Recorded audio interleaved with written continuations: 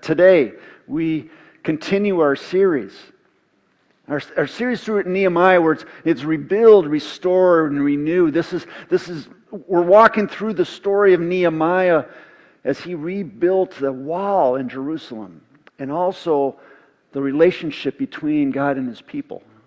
And we talked last week about how change happens.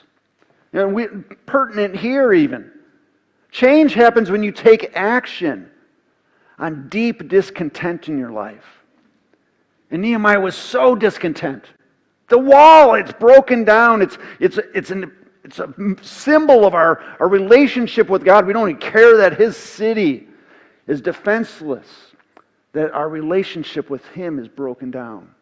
I am so unsatisfied with that. This cannot stand. And he made a point to act on his deep discontent, to make things happen, that change happened. And hopefully you heard the words that I ended with last week, that I pray that God makes you so discontent with the way things are in your life, that the way, God, my relationship with you, I know that is not how it's supposed to be. God, work in my heart so that we might be right. And all the other things that I'm just discontent with this part of my world. These things at celebration, no, this needs to be better. To be discontent about that. So that was last week. So in case you're just tuning in today, this is what we talked about last week. And we're going to continue our story in Nehemiah. So I'm going to read a little bit with you. It'll be on the screen. It's also in your program. Let me start in Nehemiah chapter 2. Early the following spring, in the month of Nisan, during the 20th year of King Artaxerxes' reign, I was serving the king his wine. I never before appeared sad in his presence, so the king asked me, "Why are you looking so sad? Why you don't look sick to me. You must be deeply troubled." Then I was terrified. But I replied, "Long live the king! How can I not be sad? For the city where my ancestors are buried is in ruins, and the gates have been destroyed by fire." The king asked, "How can I help you?" And with a prayer to the God of heaven, I replied, "If it please the king, if you are pleased with me, your servant, send me to Judah to rebuild the city where my ancestors are buried." And the king, with the queen sitting beside him, asked, "How long will you be gone? When will you return?" After I told him how long I would be gone, the king agreed to my request. I also said to the king, "If it please the king, let me have letters addressed to the governors of the province west of the Euphrates River, instructing them to let me safely travel through their territories on my way to Judah. And please give me a letter addressed to Asaph, the manager of the king's forest, instructing them to give me timber. I will need it to make the beams for the gates of the temple fortress, for the city walls, and for a house for myself." And the king granted these requests because the gracious hand of God was on me. The gracious hand of God was on me.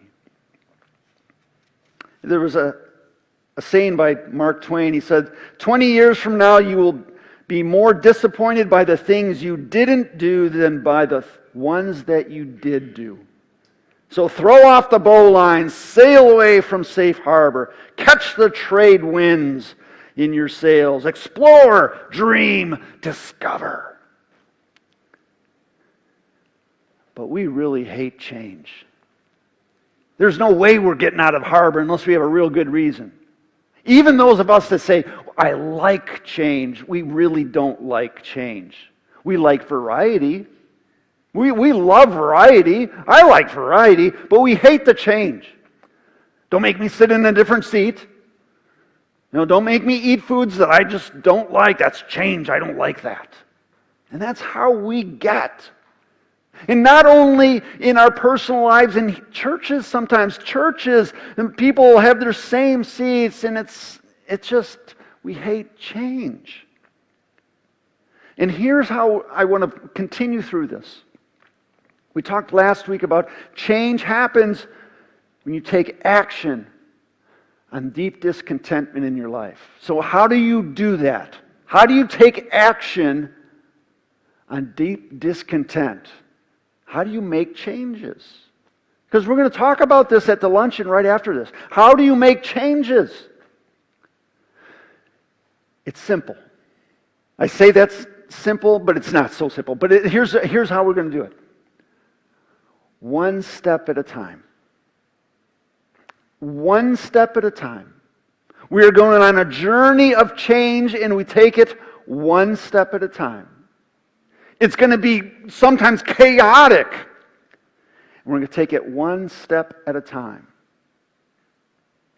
There was a Andy Stanley, famous preacher, walked into a staff meeting one time. He puts this red piece of paper on the floor here. Walks to the other side of the room, puts a green sheet of paper here. And he looks at his staff saying, imagine this red sheet of paper is a person, they first have contact with our church. This is their first introduction. They maybe walk in the doors or they're watching online. This is step one. They didn't even talk about our church before, but this is step one. And this symbolizes they are involved at church, that this is their church home. They're active in ministry somehow. They have a group. They have a job to do. They have a grouping. That's this. How do they get from that square to that square? Nobody just jumps in one day all the way over there. That was like a feeble attempt at a jump, but that's how it was. Nobody jumps all the way over there. Sometimes what steps are we going to help them orchestrate to get to that where this is their church? That's how we're going to look at this. It's one step at a time. Maybe the first one is, hey, they have a grouping of people. They know 5 people by name. And maybe the next step is they're involved in like a ministry group, or like a small group. That we push them to that, like, hey, you need people. People that are invested in you, help you grow.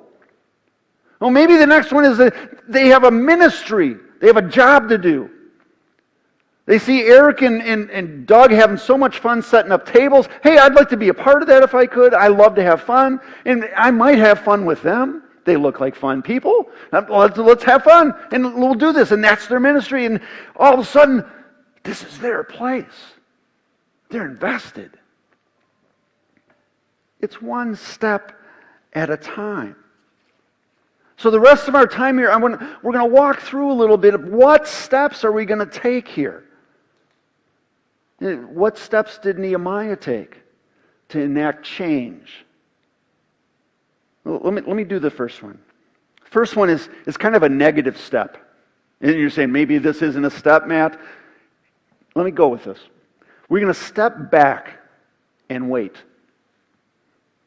Our first step is to step back and wait. For years we used to collect monarch butterfly pupas, like little caterpillars. And we thought we were doing really well because the average expectancy from a caterpillar to an actual monarch butterfly is super low in the wild. They die, they fall off, something happens. So if you can get them going like 90%, that was usually our average, it was good. But I remember this one, at least one. I'm not sure how it happened,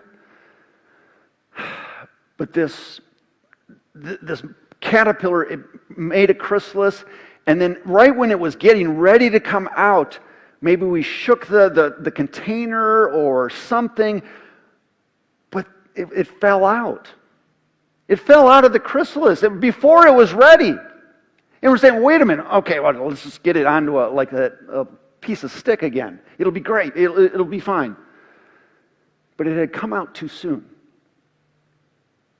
It wasn't ready to come out of the chrysalis yet. And it was on this piece of stick because he had put sticks in there, but it never fully got its wings going. It didn't flap them at all. And they looked like they're supposed to work, but it never flew. We took it out and we put it on a bush, and it didn't fly away. We went on vacation not too long after that, so we never knew what happened to this thing, but it never flew away because the timing wasn't right. It was supposed to stay in that chrysalis a little bit longer so it developed more, that the wings had a little bit of time to dry out, that the muscles got to be strengthened more, and it just didn't work out. Sometimes we forget that God has His own timing. God has His timing for us. He has for this church. We forget that.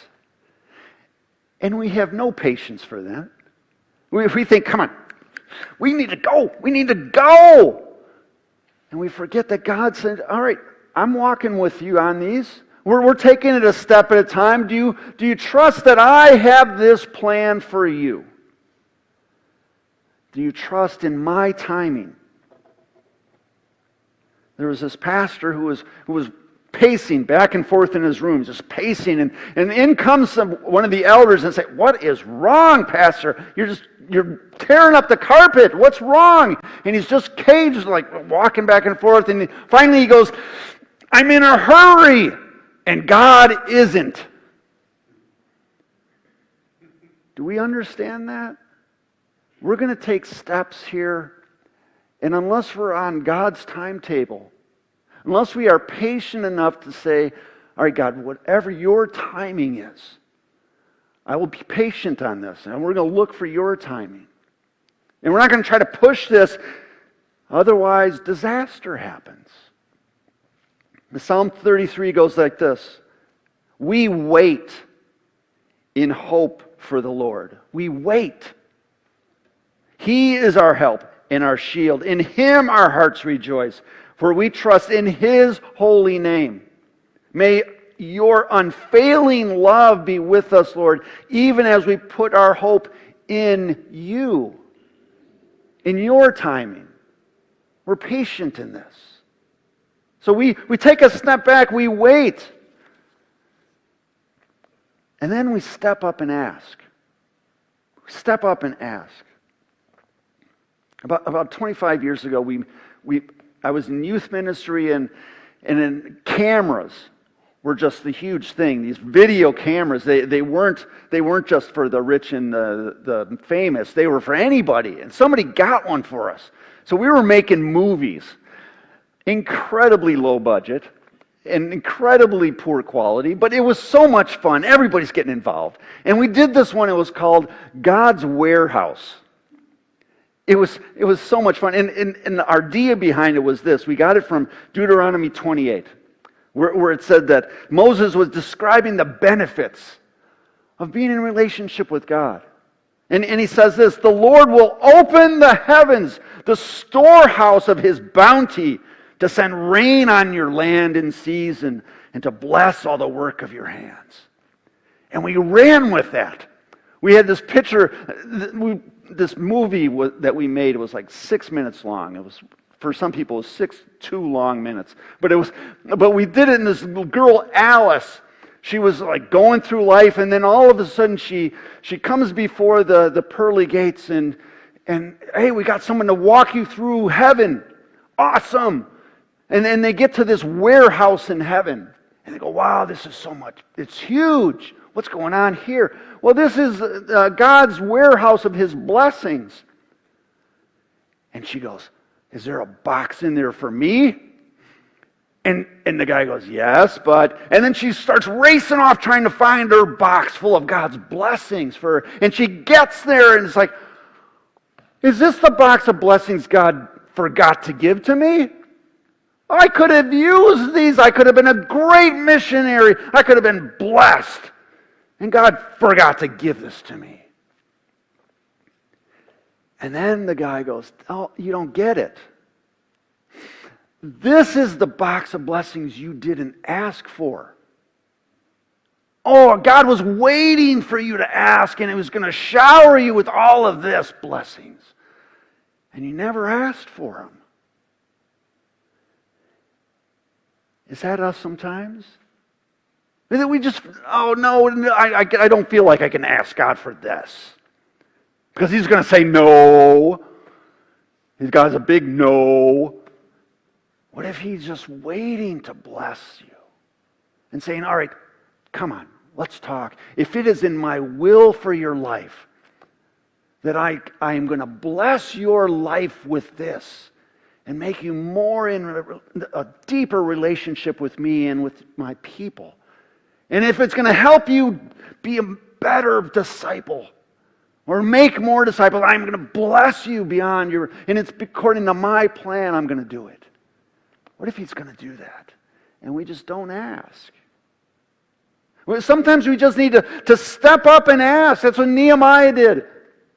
In this story, even before, during, and after, he's praying to God and saying, God, I got to put this in your hands. Would you just bless this entire journey that we're going to work through? And let me give you examples here. At the very end of chapter 1, this was even before he goes before the king. He goes, please grant me success today by making the king favorable to me. Put it in his heart to be kind to me. God, I'm putting this on your plan.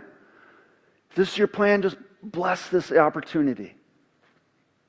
And then it's 4 months later than the first time when he got the bad news about the walls. It's 4 months later. This whole time he's been praying to God for this.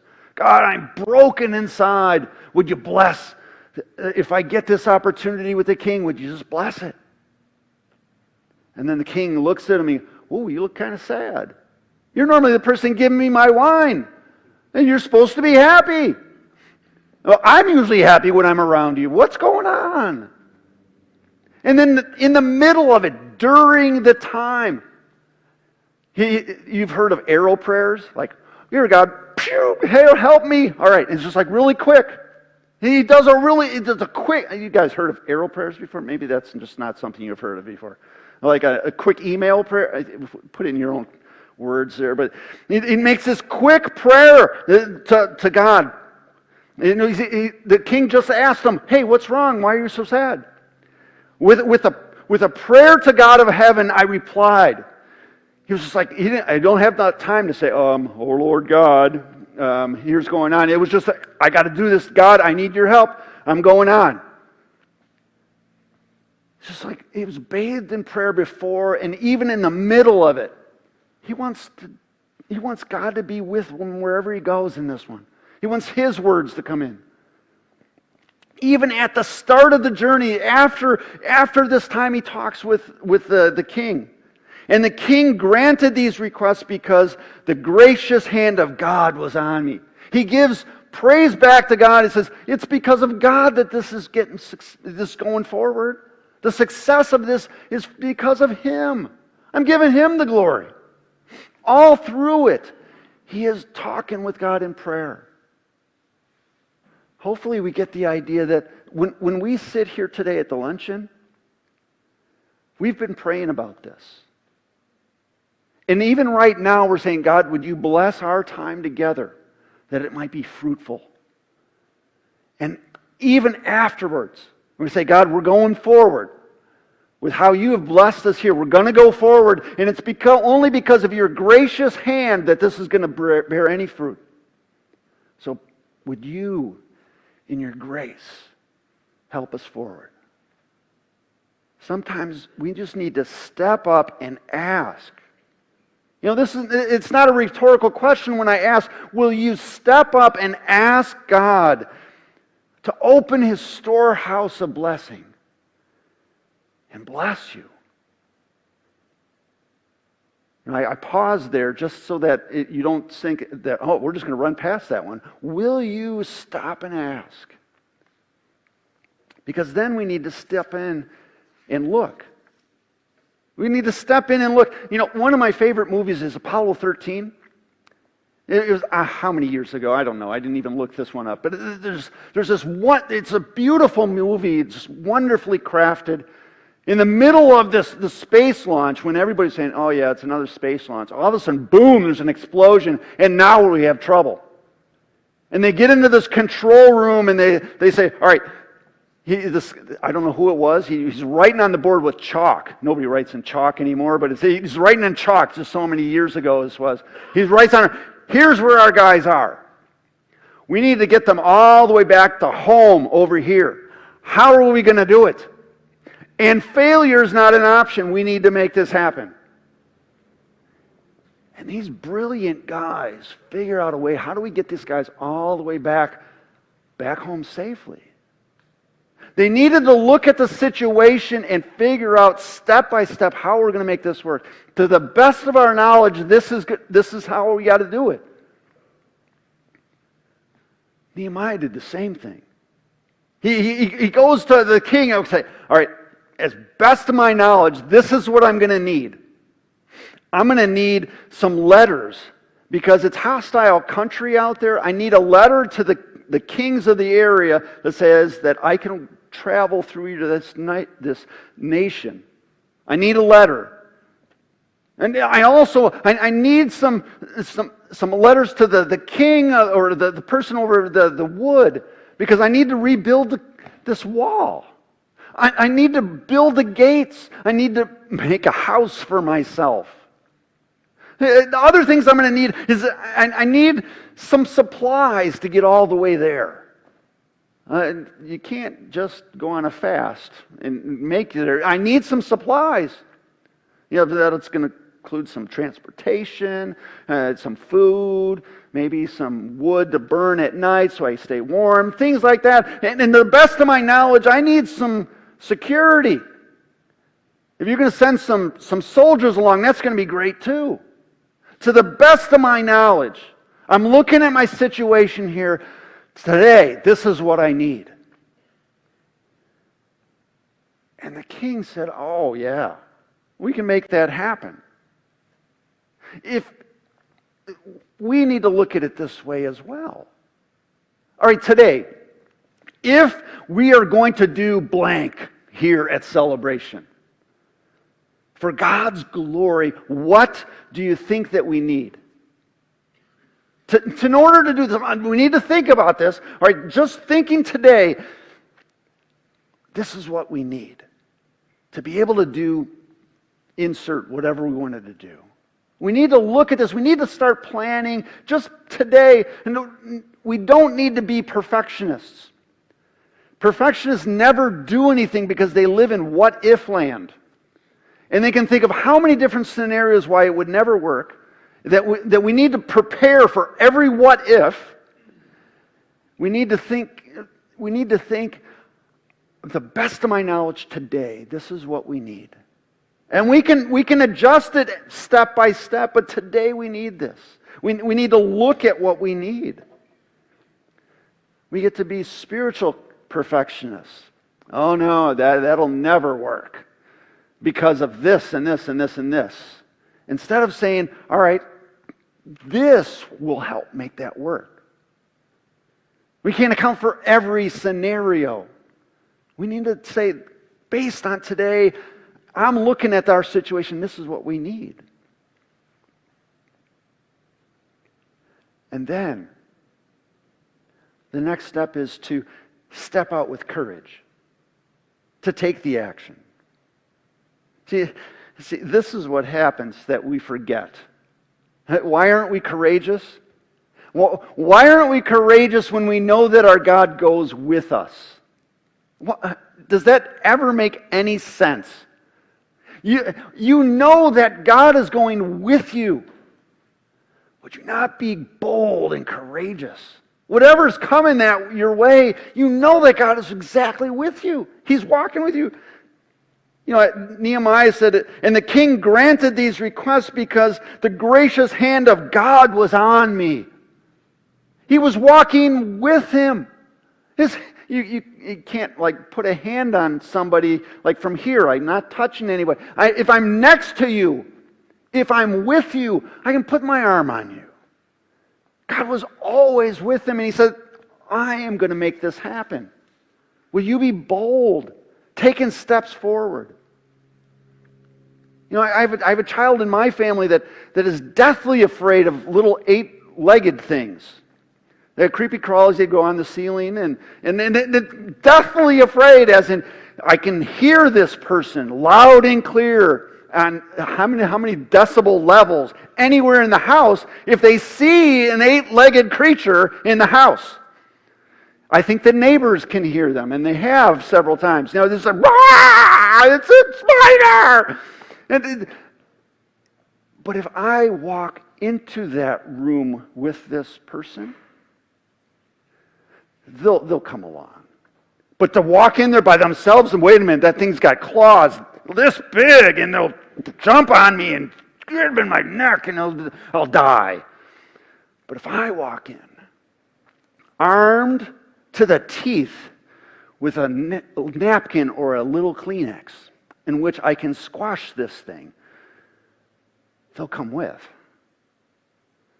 Can we go forward in our scary world, knowing that our God goes with us? Oh, he is armed with more than just a little Kleenex to squash little bugs, because these things in our world that we find is so terrible and so horrible and so scary are like little bugs to him. He goes, why are you scared of that? I am with you. The claws on that thing are not this big and will rip your throat out. I will help you take care of this. Do we get to that?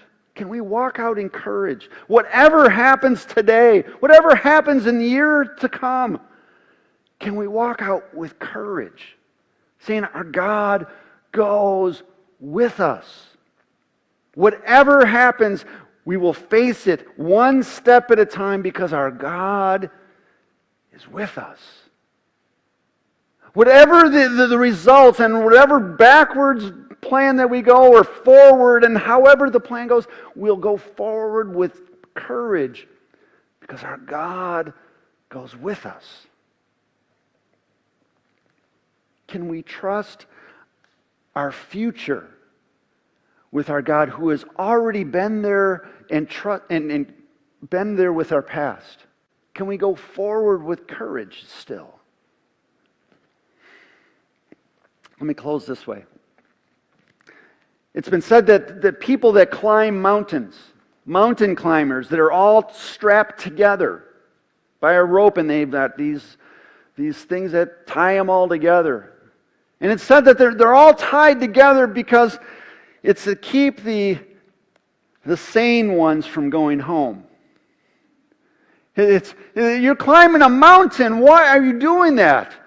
How many thousands of feet are you up there, and the danger of possibly falling off? But they're held together.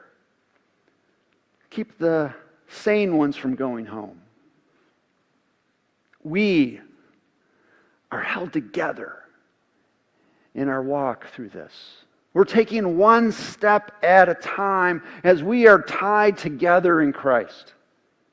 And he looks at us and says, we're going to do some insane things, of course. We're going to go in places that you're saying, God, what is going on here? And we are tied together at celebration. As people that worship at 1260 West Sherman Boulevard, we are tied together to go forward with courage, one step at a time, so that we might honor and glorify our God in heaven. We are bound together. Will you be a part of that together and go with courage, one step at a time? Pray with me.